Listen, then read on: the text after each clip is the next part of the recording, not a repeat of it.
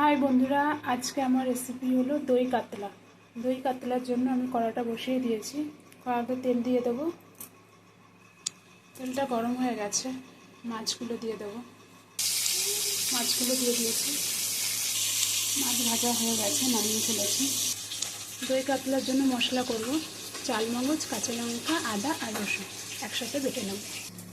মাছটা ভাজা হয়ে গেছে, এবার ফোড়নে আমি তেজপাতা আর গরম মশলা ফোড়ন দিচ্ছি। কেটে রাখা পেঁয়াজ দিয়ে দেব। পেঁয়াজটাকে ভালো করে ভেজে নেব। পেঁয়াজটা ভাজা হয়ে গেছে, এবার বেটে রাখা মশলাটা দিয়ে দেবো। বেটে রাখা মশলাটা দিয়ে দিয়েছি, ভালো করে কষাবো যতক্ষণ না তেল ছাড়ে। শুকনো মশলাগুলো অ্যাড করে দেবো। লবণ দিয়ে দেবো স্বাদ অনুযায়ী।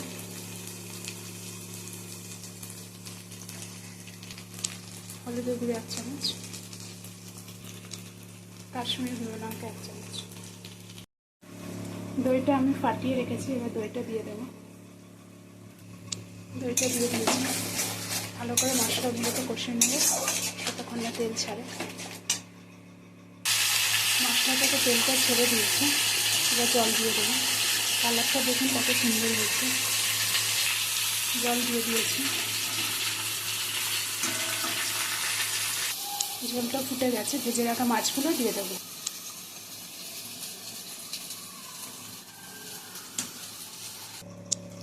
দই কাতলার রেসিপিটা আমার রেডি হয়ে গেছে। যদি ভালো লেগে থাকে তাহলে প্লিজ আমাকে কমেন্টে জানাবেন।